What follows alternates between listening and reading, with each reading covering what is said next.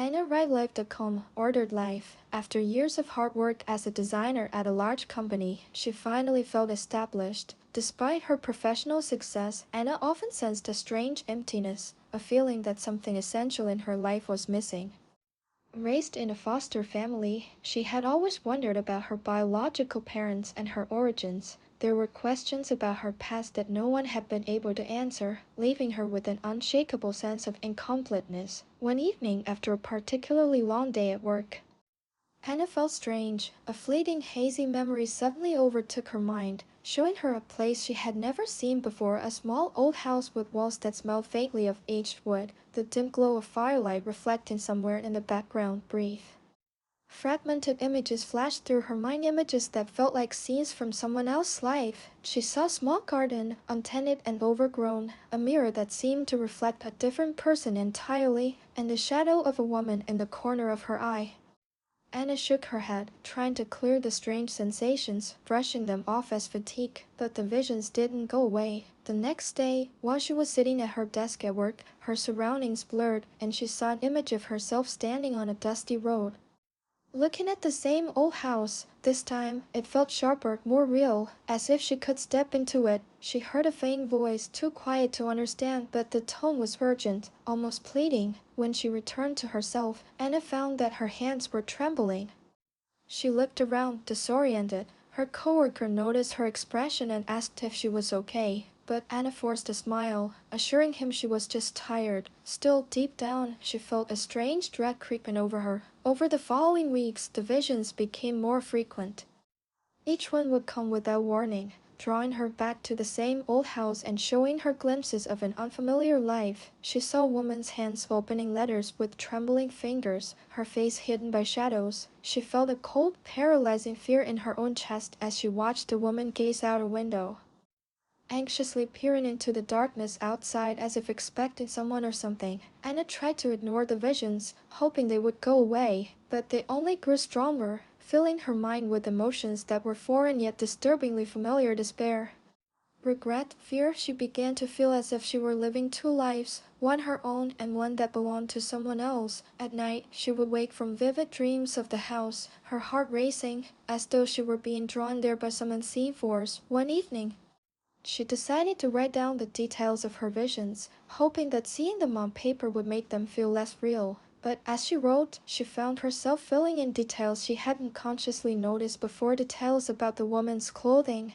the faint smell of smoke lingering in the air, the feeling of loneliness that hung over everything like a dark cloud. It was as if the memories were hers, and yet they belonged to someone else entirely. Frustrated and disturbed by the recurring visions, Anna decided to do some research. She spent hours digging through old records online, trying to find any information about the house or the woman she had seen. Late one night, she came across a local history site with a faded photograph of the house from her visions. Her pulse quickened as she read the caption, "Home of Lydia Warden, 1902. The name felt familiar, resonating deep within her, but she couldn't explain why. As she read further, she learned that Lydia Warden had once been a prominent figure in her town, known for her reclusive nature. Rumor had it that Lydia had become obsessed with the idea that someone was stealing her life, an unknown enemy she could never quite identify.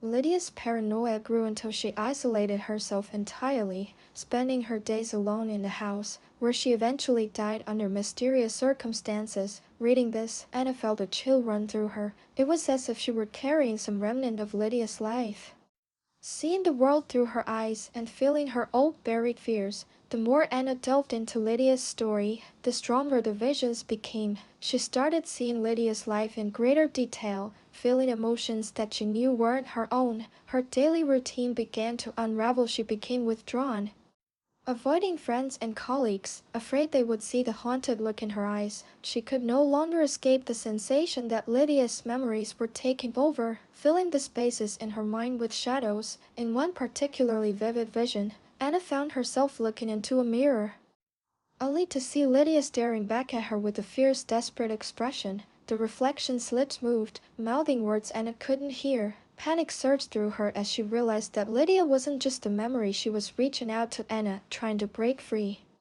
Desperate for answers, Anna turned to a paranormal expert, a woman named Dr. Evelyn Crane, who had experience in cases involving unexplained phenomena. Dr. Crane listened patiently as Anna recounted her experiences, her gaze intense and focused. When Anna finished, Dr. Crane sat quietly for a moment before speaking. "Lydia's spirit is using you as a vessel," she said, her voice calm but grave. "She's trapped between worlds, unable to let go of her life because of her unresolved fear and hatred. She believes that you're the person she once thought was her enemy."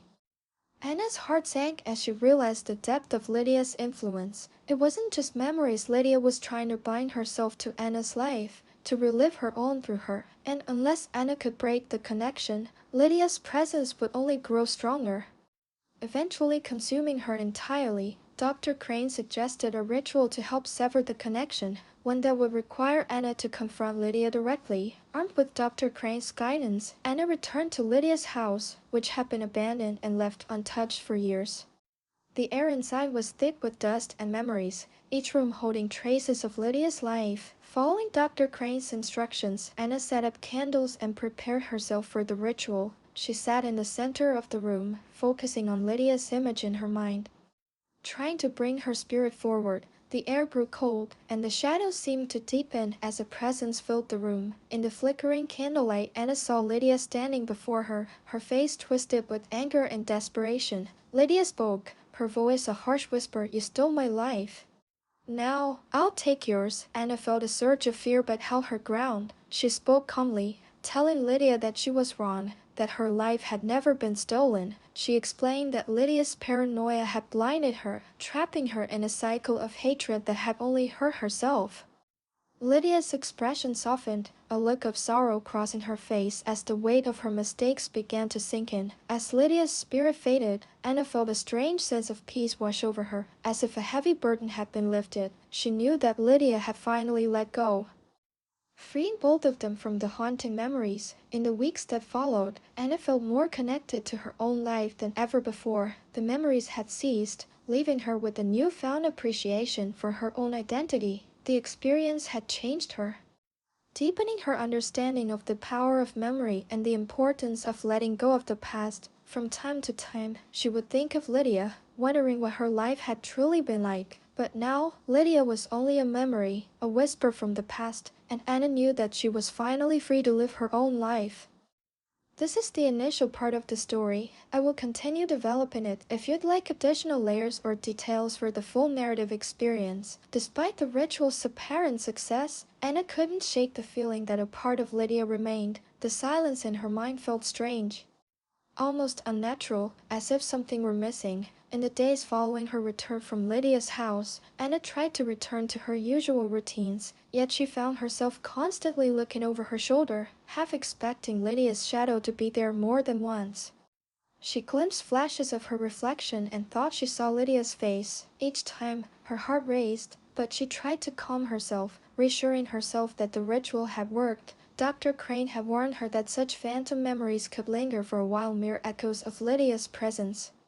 But there was something more, a small, unshakable feeling that Lydia wasn't entirely gone. Anna still felt the weight of unresolved questions. What had driven Lydia to such despair? What had led her to believe that someone was out to steal her life? Haunted by these questions, Anna began searching through archives and records, trying to piece together the life of the woman whose spirit had once occupied her mind. She visited the town library and pored over newspaper clippings, public records, and historical accounts. Over time, a fragmented picture of Lydia's life emerged. Lydia Warden had been a vibrant, accomplished woman in her youth, known for her beauty, intelligence, and kindness. She'd been engaged to a promising young doctor and had come from a respected family. But as the years passed, strange rumors began to circulate about her. Lydia had grown increasingly paranoid, claiming that she was being watched, that someone intended to take her identity. Her friends distanced themselves, and her family reportedly tried to have her committed, fearing for her mental health.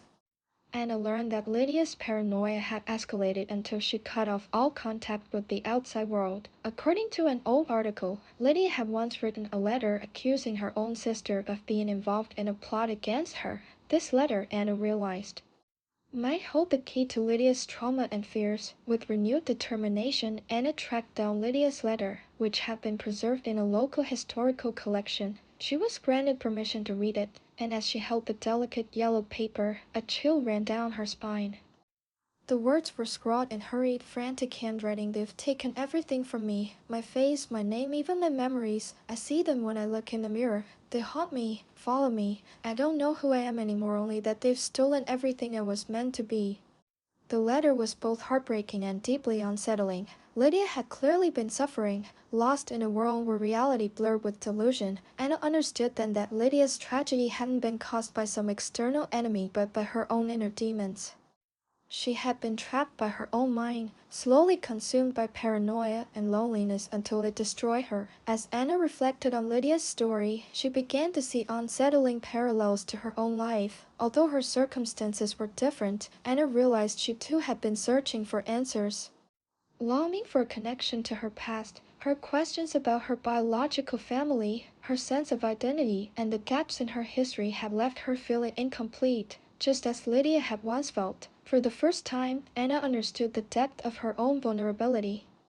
She had spent so much time looking for answers outside of herself that she had neglected to explore her own heart and mind. Like Lydia, she had allowed her sense of self to be defined by things she could never truly control. This realization marked a turning point for Anna. She resolved to let go of the unanswered questions that had haunted her for so long, to focus on the life she had built rather than the one she felt she had missed. One night, as Anna prepared to sleep, she was startled by a familiar sensation, a chill that crept up her spine. The unmistakable feeling that someone else was in the room. Her heart pounded as she looked around, half expecting to see Lydia standing in the shadows. Instead, she saw her reflection in the mirror, but this time something was different. The reflection seemed older, wiser. It was still her own face, but there was a softness in her eyes, a gentleness she hadn't seen before. In that moment, Anna felt a profound sense of peace, as if Lydia's spirit were finally at rest, and the echoes of her suffering had dissolved with a deep breath.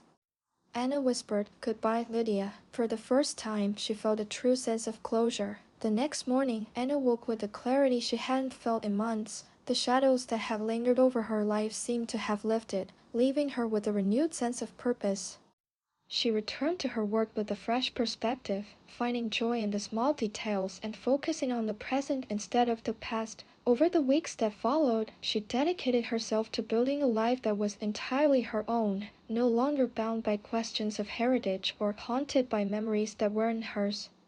She let go of the need for answers and embraced the mystery of her own identity, confident that whatever she needed to know would reveal itself in time. Although Lydia was gone, Anna often thought about the woman who had once occupied her mind. She felt an enduring compassion for Lydia, recognizing her as a kindred spirit who had been lost and alone, trapped by her own fears. Anna knew that she would carry Lydia's story with her, not as a burden, but as a reminder of the fragility of memory and identity. One evening, as Anna sat by the window watching the sunset, she reflected on the strange, haunting journey she had been through. The experience had left her forever changed, deepening her understanding of herself and the power of the human spirit. In the end, Lydia's story was one of loss and tragedy, but it had also served as a catalyst for Anna's own self-discovery. She had found a new appreciation for the life she had been given, a life that was hers alone, free from the shadows of the past. And in that quiet moment, with the fading light casting long shadows across the room, Anna finally felt whole.